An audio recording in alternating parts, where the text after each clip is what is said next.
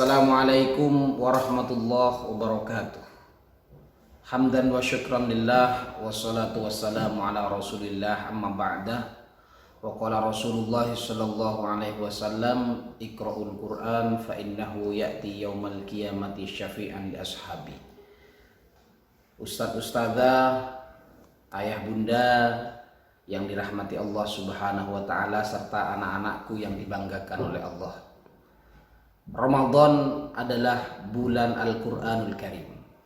Al-Quranul Karim kalam suci yang diturunkan oleh Allah subhanahu wa ta'ala melalui malaikat Jibril, lalu diterima oleh Nabi kita Muhammad sallallahu alaihi wasallam. Anak-anakku yang dibanggakan oleh Allah subhanahu wa ta'ala, Al-Quran itu kalam yang mulia. Tentu di dalamnya banyak mukjizat-mukjizat yang Allah turunkan kepada Nabi Muhammad melalui Al-Quranul Karim. Yang pertama, mukjizat yang perlu kita ketahui adalah bahasanya. Bahasa dalam Al-Quran sangatlah bagus. Dan itu menurut pakar sastra tentunya memberikan dampak positif terhadap para pendengarnya. Sehingga orang-orang yang mendengarkan bacaan Al-Quran senantiasa tidak pernah terlupa, tidak pernah bosan terhadap Al-Quranul Karim. Padahal hadirin rahimakumullah, anak-anakku, 17 kali kita membaca Al-Fatihah dalam sehari semalam di waktu sholat kita. Kita tidak ada rasa bosan karena bahasanya yang sangat sastra, bahasanya yang sangat bagus, sehingga orang yang membaca dan mendengarkannya pun itu senantiasa terpukau dengan sastra yang ada dalam Al-Quran.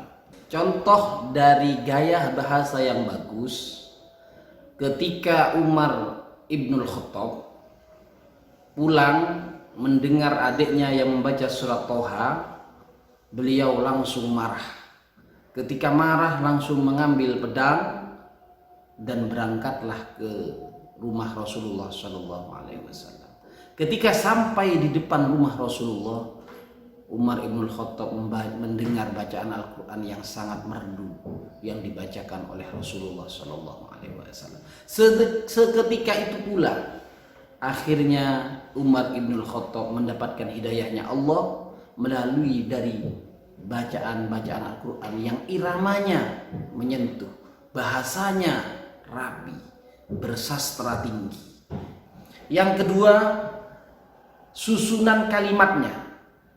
Mukjizat susunan kalimat ini sama dengan dari kata nama lain dari Al-Quran, yakni Alkitab. Alkitab di sini artinya tulisan.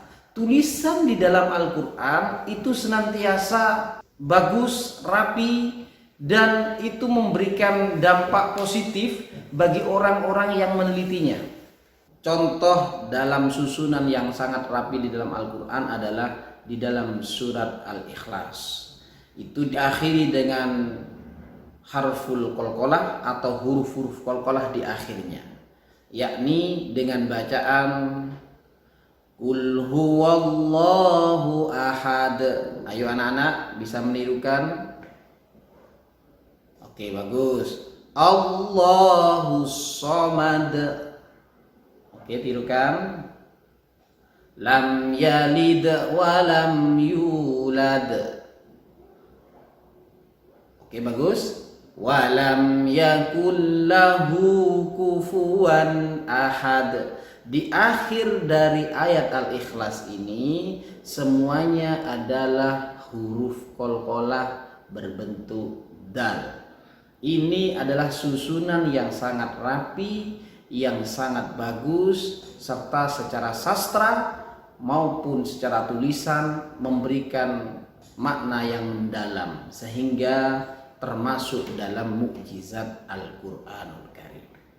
Anak-anakku yang dibanggakan oleh Allah Subhanahu wa ta'ala, dan yang terakhir, Al-Quran itu mulai dari zaman dari Rasulullah Sallallahu Alaihi Wasallam sampai dengan zaman akhir atau hari kiamat, itu tidak akan pernah ada perubahan di dalamnya. Maka termasuk dari bagian Al-Quranul Karim sebagai mukjizat, maka Al-Quranul Karim itu tidak pernah berubah-ubah. Kalian hari ini menghafal surat Al-Kautsar 3 ayat, sampai dengan hari kiamat pun tidak akan berubah menjadi 10 ayat, tapi tetap abadi 3 ayat. Itulah hadirin anak-anakku yang dibanggakan oleh Allah Subhanahu wa taala. Mari di bulan Ramadan ini kita terus mendekatkan diri kepada Allah melalui sering membaca Al-Qur'anul Karim. Karena Ramadan bulan Al-Qur'an, syahrul Qur'an.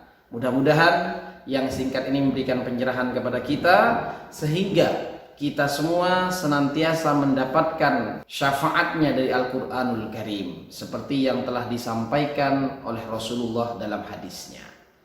Kurang dan lebihnya saya mohon maaf. Wassalamualaikum warahmatullahi wabarakatuh.